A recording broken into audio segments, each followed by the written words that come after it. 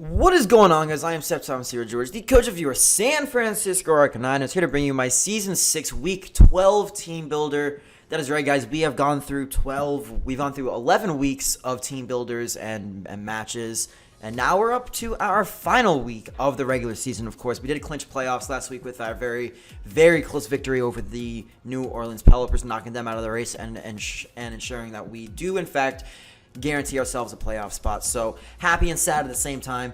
But now we move on to our next challenge. So I set myself a goal about halfway through the season that I wanted to end up 9-3.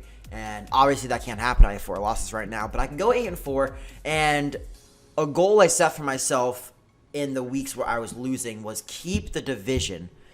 I was ahead in the division for so long, and I want to be able to maintain number 1 in the division. That's really all I really care about right now. I don't want to fall to number 2 after being number 1 the entire season. I want to stay there if possible, and the only way we can do that is if we beat our opponent this week. So without further ado, guys, let me show you how I'm going to beat the Tampa Bay Luxrays, who is trying to steal the number 1 spot from us, as well as make it in the playoffs, because if we beat them, they actually have a chance not to make it in the playoffs, and 3 people from the other division are going to go in instead of him. So it's a pretty stressful week for a lot of people. Of course, the only thing I have to worry about is really winning my division, but it's just something I want to do for myself on a personal level, I guess. But anyways, I've been rambling for a minute and a half already, so let's get into the team. So he has the Garchomp, the Azumarill, the Mega Manectric, the Mandibuzz, the Amoonguss, the Bronzong, Emboar, Piloswine, Porygon Z, Hitmonchan, and Excelgor. Immediately, I put Manaphy in the first slot pretty much every week. I don't have any problems with running Manaphy every single week. It's a fantastic Pokemon. It's one of the best in the formats, obviously. And we have a pretty interesting set this time, and I'll get right on into that. So it is a sub 3 attacks, if you all have probably seen already from looking at the screen. Going, George, just fucking get into the thing already. And I'm still rambling. I still just ramble for hours. But the Scald, the Ice Beam, the Energy Ball, and the Substitute. The reason I don't have the Tail Glow or the Calm Mind as the most common sets is because he has 2 Pokemon in the form of the Garchomp and the Mega Manectric that just completely outspeed me. He also, if he brings Emboar, I'm almost positive it'll be a Choice Scarf Emboar.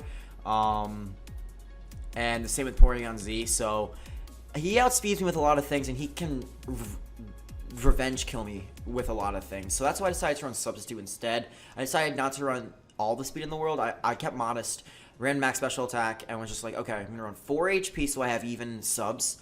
And then the 48 in defense is just so I believe he needs to hit the highest roll to break my Substitute with a Foul Play from a Mandibuzz or knockoff as well. And I also believe he would need some special attack investment in order to break my subs with Bronzong. Earthquake can't break the sub. Gyro Ball obviously can't break the sub. I think maybe Psychic could if he had some special attack investment, but I doubt it. So overall, very good set, and I just have the coverage to absolutely decimate his team. And I've done a lot of practice battles with this team.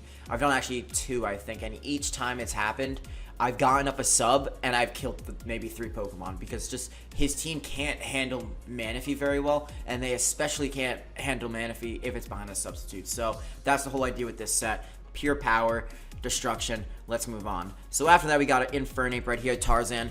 Mr. Tarzan in the MVP race, so if we get enough kills this week, we could actually possibly move him into top 3, which would be really cool for the Infernape, kind of a hidden gem of the Arcaniners this season. Not gotten too much recognition, but it's gotten the most kills on our team, so we have to give it that. I'm running the Black Belt and the Iron Fist. A lot of speed investment. The speeds to outspeed the Max Speed Jolly Garchomp. Got max attack, obviously, because I'm a physical one. And then I got 44 in HP because I had extra EVs to throw around. Got the Mach Punch, the Flare Blitz, the Close Combat, and the Fake Out. So I wanted to see if I could bluff a Choice Scarf on the Flare Blitz, or maybe even a Banded set, because you might think that Close Combat did way too much. That's Banded, but instead it's Black Belt, and then I go for a Flare Blitz on like a Moonguss or something. I don't know. And then the last move I have is Fake Out. And the reason I have the Fake Out is if anything tries to sweep me in the form of the... Honestly, the only thing I honestly have the Fake Out for is the Mega Manectric and the Azumarill, so I can get in 2 forms of priority damage if I have to. If it's a Belly Drum Azumarill, I click Fake Out against it, and I stall it out. And then I go for Mach Punch, and the Mega Man Neck Trick, if I just want to pick up a KO, and I do not know if a Mach Punch is going to kill, I just go for Fake Out first, then Mach Punch.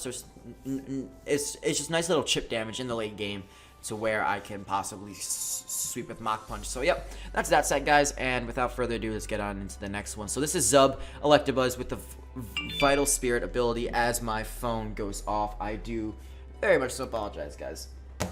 I have the Eviolite Vital Spirit Electabuzz. That's right, I'm decided to run the Vital Spirit this week with the T-Bolt, the Psychic, the HP Ice, and the Volt Switch. So this is actually a really cool set. It's pretty standard, pretty basic.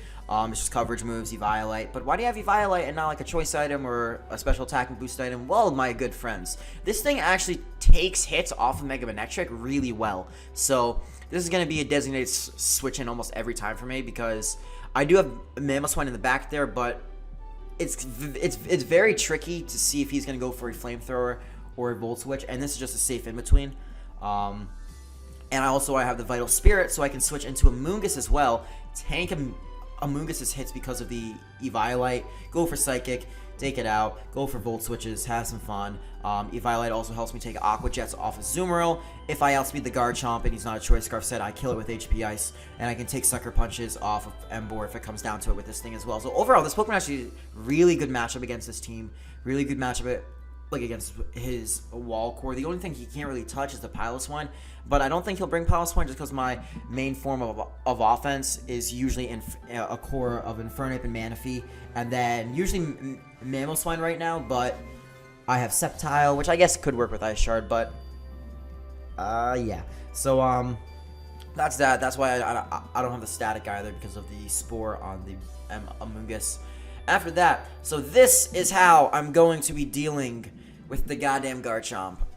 This Pokemon right here, just Rocky Helmet, Rest Talk, Whirlwind, and Body Slam. Very self-explanatory set. And it's also the Sleep Fodder. If I need to have a Sleep Fodder and I can't switch in my Electabuzz on the Amoonguss, I do have this in the back, which can just go for Sleep Talks, Whirlwind Pokemon around, and then go for Body Slam on things. So if the Garchomp tries to be sub-SD and goes for a substitute and then SD's up, I just click the Whirlwind. If the Azumarill tries to Belly Drum, I click the Whirlwind. The Body Slam still does a lot to some Pokemon. And just overall, pretty good set. If he goes for Dragon Claws, which I think he literally clicks Earthquake 9 times out of 10. Even 100 times out of 10, actually. But he just clicks Earthquake. But I do have the Rocky Helmet in case he wants to try to hit me. Also, I can switch into Azumarill using this Pokemon. Not enjoyable, but I can. But, yep, so that is the set right there. Pretty,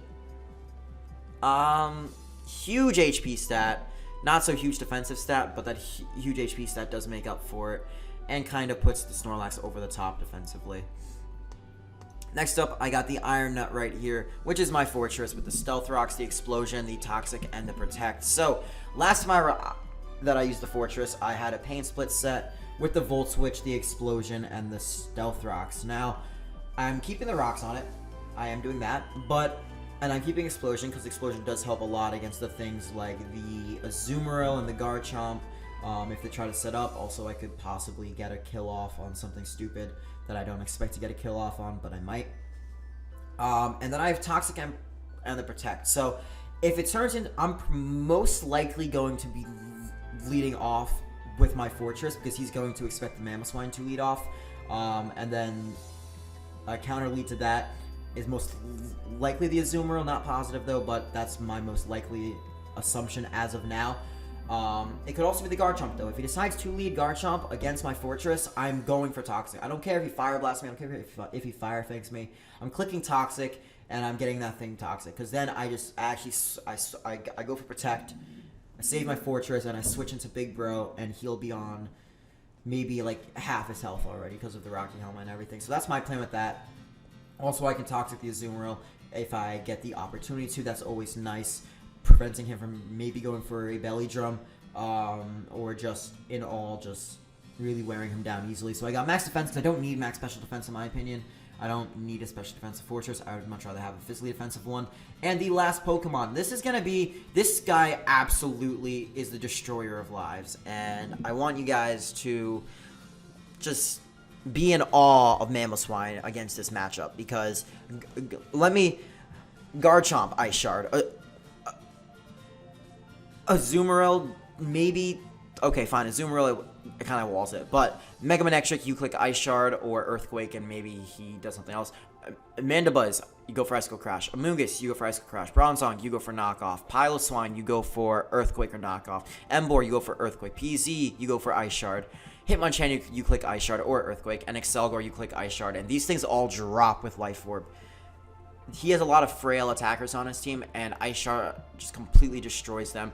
And then his defensive core gets demolished by this Pokemon. So, Mamoswine, a very important Pokemon on this team right now. I'm going to have to keep it until the very end, most likely, to see what it can do. But, anyways, guys, that is going to be the team I'm going to be bringing to face the Tampa Bay Luxrays. So, if you did enjoy the video, I'd really appreciate if you comment, like, rate, or subscribe, guys. I am SceptileMC George, and I'll catch you guys tomorrow when we do the battle.